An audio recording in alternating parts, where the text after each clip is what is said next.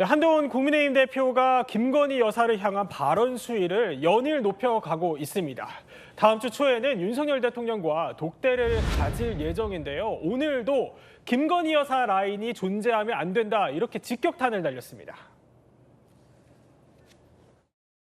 다음 주 초로 예정돼 있던 보도가 나왔는데요. 혹시 일정 흡수된 게 있는지? 일정에 관한 얘기를 전달받은 게 제가 있긴 한데 그 얘기를 제가 말씀드리지는 않겠습니다. 인적 쇄신 관련해서 김건희 여사 라인에 대한 정리를 말씀하신 거 맞으실까요? 공적 지위가 있는 사람이 아니잖아요. 그런 분의 라인이 존재한다고 국민들께서 오해하시고 언론에서 기정사실로 생각하는 것 자체가 저는 이 국정의 신뢰를 도움이 되지 않는다고 생각해요. 그러니까 그런 라인은 존재하면 안 됩니다. 한동훈 대표 오늘도 김 여사 라인을 콕 집어 언급했습니다. 들으신 한 대표의 발언은 오늘 오전 기자들의 질의 도중에 나온 말인데요.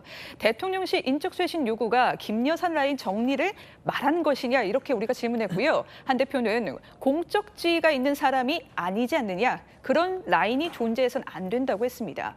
그제 부산 보궐선거 유세 현장에서 대통령실 인적 쇄신을 언급했는데 그 의미를 한 번 더 밝힌 겁니다. 김 여사 라인, 저희가 그래픽으로 정리했습니다. 친한계에선 한남동 라인 7인방으로 불리는데요. 한남동 관저에서 김 여사에게 보고를 할 정도로 최측근인 비서관과 행정관을 가리키는 말입니다. 여사의 사과나 또 행보 자제, 이런 것들을 이 7인방이 결정하는데 당정 관계까지 그 측근들이 망치고 있다는 게 한 대표의 생각입니다. 친한계 신지호 총장이 이렇게 말했습니다. 구체적인 사례까지 언급했는데 지난 4월 박영선 국무총리, 양전철 비서실장 설을 여사 라인이 작동해 혼선을 빚은 대표적인 사례라고 언급했습니다. 한 대표, 근데 윤 대통령과 독대를 앞두고 연일 발언 수위를 높여가고 있잖아요. 김 기자, 근데 이게 기존의 정치적 관행과는 좀 다르게 느껴지는 것 같습니다. 네, 한 대표 여의도의 문법을 따르지 않고 있는 것 같습니다. 통상 여권이 대통령 인사 문제에 의견을 전달할 때는 물밑에서 조용히 건의하는 형식을 취해왔거든요. 그런데 한 대표는 달랐습니다. 최근 대통령실을 향해 김 여사가 사과해야 한다, 대외 활동을 자제해야 한다, 국민 눈높이에 맞는 검찰 수사가 필요하다, 대통령실 인적 쇄신이 필요하다, 이런 식으로 비판 수위를 계속해서 높여왔거든요. 김 여사 리스크와 관련한 발언을 이어가더니 급기야 대통령의 고유 권한인 인사권까지 거론한 거잖아요. 일각에선 한 대표가 김 여사 관련 의혹을 방치해 여론을 악화시킨 대통령실을 향해 청구서를 내민 것이란 해석도 나옵니다. 11.6 재보궐선거를 앞두고 김 여사 문제에서 시작된 민심 악화를 막기 위해 정면 돌파를 택한 것으로도 풀이되는 거죠. 네, 대통령실 고위 관계자가 조금 전에 입장을 밝혔는데요. 공적 업무 외에 비선으로 운영하는 조직은 없고 대통령실 라인은 오직 대통령 라인만 있을 뿐이라고 했습니다. 그러니까 한 대표가 말한 김 여사 라인은 없다고 잘라 말한 겁니다.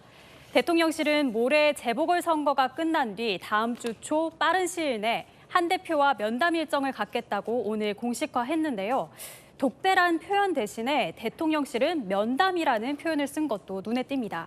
재보궐선거 끝나고 일정 조율을 거쳐서 날짜를 최종 확정할 예정인데요. 긴장 관계가 높아진 만큼 최종 성사될지 관심입니다. 한 대표 측은 김 여사 행보 자제, 대통령실 인적 쇄신 등 그동안 던졌던 모든 이슈를 의제로 올리겠다는 생각인데요. 독대가 성사되면 윤 대통령이 어떤 카드를 받을 수 있을지도 지켜볼 대목입니다. 네, 친윤계는 공개적으로 반발을 하고 있는데요. 한 대표도 물러서지 않았습니다. 오늘 목소리 한번 들어보시죠. 불과 얼마 전에 이 보수 진영이 분열을 해서 결국은 탄핵 사태까지 가고 그 이후에 참담한 결과를 빚어서 많은 사람들의 그 가슴 속에 아픔으로 남아 있는데 지금 또 이 보수 분열이 시작되는 거 아닌가 하는 두려움이 생기고 있어요. 권 의원 같은 분들이 자꾸 이제 탄핵 공포 마케팅 이런 걸 하시잖아요. 그런데 제대로 된 정치, 신뢰를 받기 위한 정치를 위해서 오히려 잘못된 부분은 인정하고 바로잡는 게 필요한 겁니다. 그리고 권 의원 같은 분이야말로 탄핵에 본인이 앞장서셨던 분인데 자꾸 그런 마케팅 하시는 거에 대해서 국민들께서 어떻게 생각하실지 모르겠어요. 친윤계는 거듭 불쾌감을 공개적으로 드러내고 있습니다. 먼저 권성동 친윤계 핵심 권성동 의원은 오늘 SNS에 이렇게 밝혔습니다.